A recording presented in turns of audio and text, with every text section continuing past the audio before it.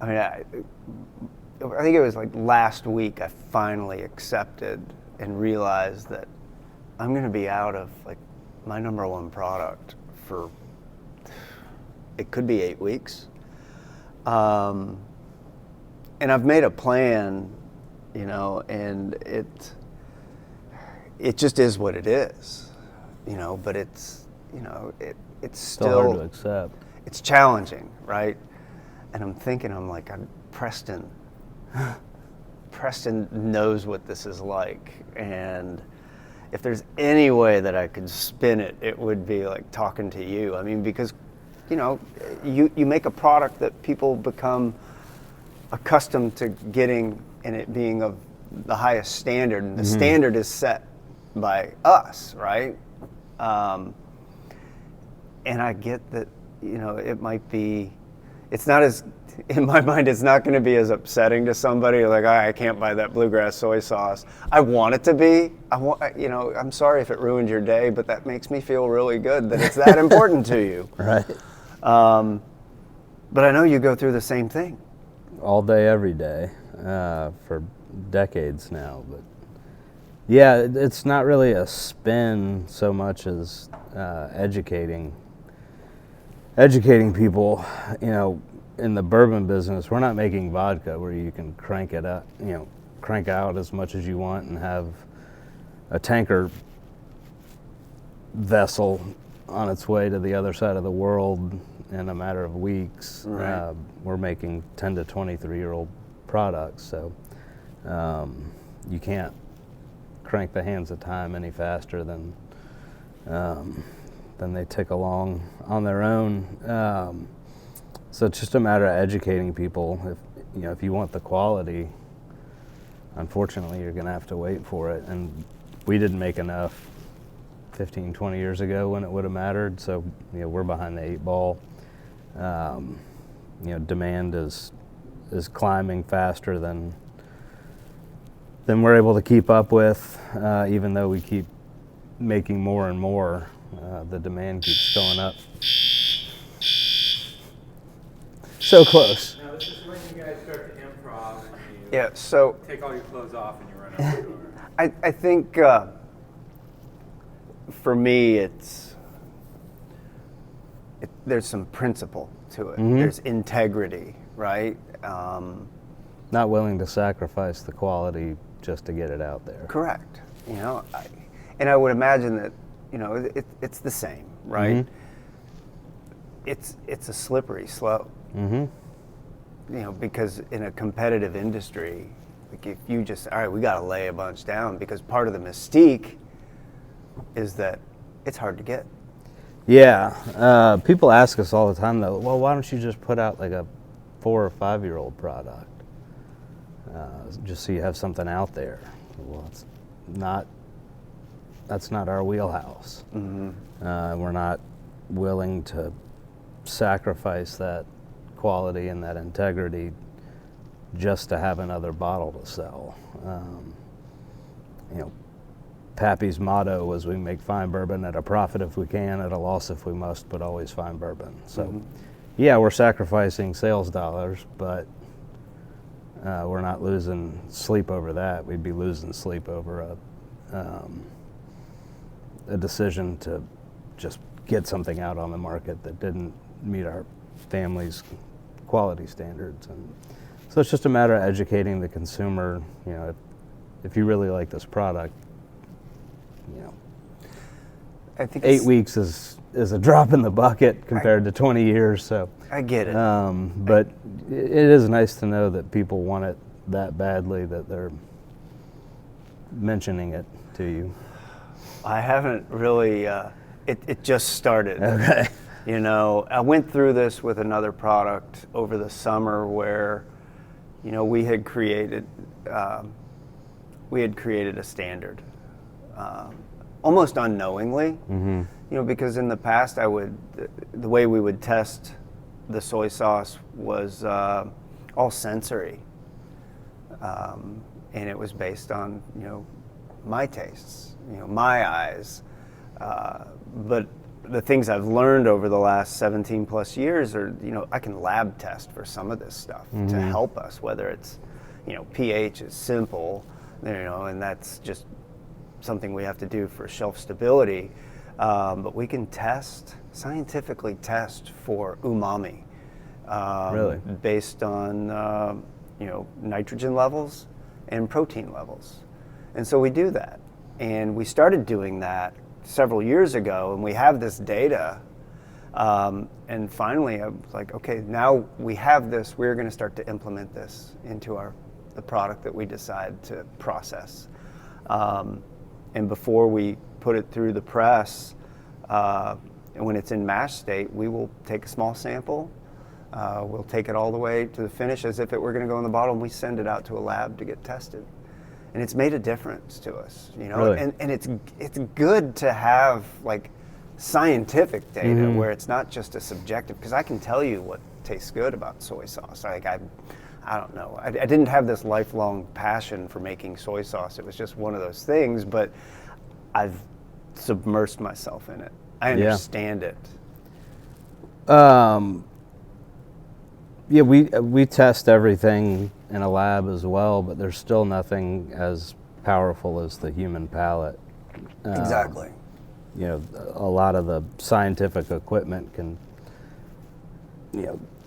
test up to X number of parts per million, and the human palate But it's a good backup. 100 times more powerful. Right. So, but yeah, it is nice to have data. You can test for certain things, obviously, and contaminants and whatnot, but at the end of the day, you'll be able to tell better than any lab equipment whether or not it's exactly perfect. I agree with that, but it's nice to know that there is that, and so now I'm looking at maybe 8 weeks without, and I've ramped up production. This shouldn't happen again. I'm good with going through it. I love these experiences, and it is a bit of a spin. I mean, there's an allure to it. You've got a premium product that's made in short supply. Right. It's not smoke and mirrors. Why would you artificially inflate demand, Compromise my principles. Yeah, compromise your principles and artificially inflate demand at the expense of sales. Right. We get accused of artificially inflating demand by withholding product. Well, why would we do that? Right. If it means sacrificing sales dollars, I mean, that's counterintuitive. I mean, obviously making the money is great, but being proud of the product is a lot more important. Yeah. The money comes, but the pride in knowing that you are comfortable with the product you're putting out there. And that's important. I've never done anything, it's not money driven for me. Like, I'm passionate about this. That came, but it was like this blind passion to make soy sauce that kind of everything else evolved after that. But I didn't do it. I got to make a living, but sure. It's driven by something much more. Yeah, profit's a very convenient byproduct of making a product that is of the utmost quality, and you're proud of it. And in making something, nothing feels better than not being able to make enough to keep up with demand. It wasn't any mistake that I made. It wasn't poor planning. It was just that, we thought we had enough. Yeah. I don't want to withhold it from you. I would love for you to be able to buy it, but I don't have any right now.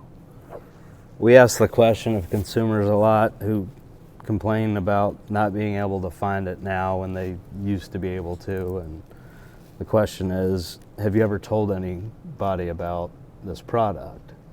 And the answer 99.999% of the time is, yeah, of course. Well, then you created your own competition, which is great. Word of mouth advertising is priceless, and obviously the most, some of the most effective.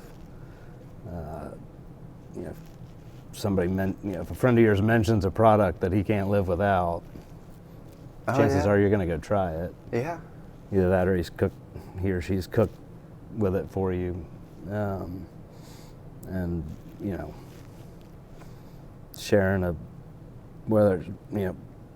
drink with somebody, or having the most amazing piece of salmon you've ever had that's been marinated in the soy sauce. Speaking of which, I might have to have some salmon tonight. I've got a little bit. I think this might be the last bottle. I've got one of the big bottles at home. It's so funny, like when this happened, and like I was getting ready to make the announcement, like internally, like, hey, look, this is where we are, and sales teams like scrambled. They went to our retail shelves, they went out on the floor in the warehouse, and were like pulling it so that it didn't get pulled by, we have our wholesale, we have our e-com, we have food service, and they were all like trying to, take care of their customers, which I love, but it's like, all of a sudden it was like, I hadn't even said anything, and it like spread, and like boom, it was gone. And now we're like, I hate being out of it. It's like cutting it off orders is difficult. I mean, but at the same time, it's like, all right, I'm doing the right thing. I'm doing the right thing. It feels, it definitely feels okay to me. I don't want to have to compromise just to not be out of it. Right. No, I love that there's some synergy between like my company and yours. Like it's like, I mean, I've always been kind of one of those satellite companies with the bourbon industry, just because of the nature of the products that we create. But like in this instance, I was like, God, I gotta talk to Preston about this. Yeah, no, but it takes time. It doesn't take 23 years, but soy sauce can be done in 6 months. Mine's a year. I have one that's 18 months, and I can't speed that up any more than you can. Father time wins. And it's Mother Nature that's involved, right? I mean, there's some, the seasons affect it. So even at 12 months, it might not be ready. Right. Yeah, we'll sample barrels at 15 years old, and they're, they may be just a little bit too, quote unquote, green. Right. At that point, so we'll just let them make the trip to 20. But you can move them around the warehouse, right? Like we could, but there's sweet spots in there. There are. We tend to keep our barrels on the first and second floors in the heart of the warehouse, where the aging conditions are the most consistent. If we were bottling, 4 to 6 year old products, we'd want the higher floors and the periphery of the warehouse, where the aging conditions are more aggressive. But 10 to 23 years, you don't need aggressive. You need low and slow. At that point, you're like, it's going to happen when it happens. And it's, anytime you move a barrel, you run the risk of springing a leak. So better just to, what was that fellow's name? Ron Popeil. Set it and forget it. Set it and forget it, exactly. We'll put it in the warehouse and see you in 23 years. I mean, I was the same age as the whiskey I was selling when I first started working. So, isn't that awesome? Yeah, it's pretty wild. I didn't get a whole lot of... I just love that you mentioned Ron Popeil's name, because it's like something, I always reference him and they're like, what? And I'm like, you don't know who Ron Popeil is? It's a generational thing. Yeah, the dude was a genius. Yeah. Yeah. Shit. I mean, I appreciate you taking the time with me. Yeah, of course. I haven't shown you anything that we've, I don't know if you've ever been in. I've had your dad in. When you all first opened up. Okay. I'm sure it's changed a little bit since We've grown a little. Yeah. We've grown a little. Since you moved into the space, yeah. Yeah, I'd love to show you. Love to see it. All right. All right.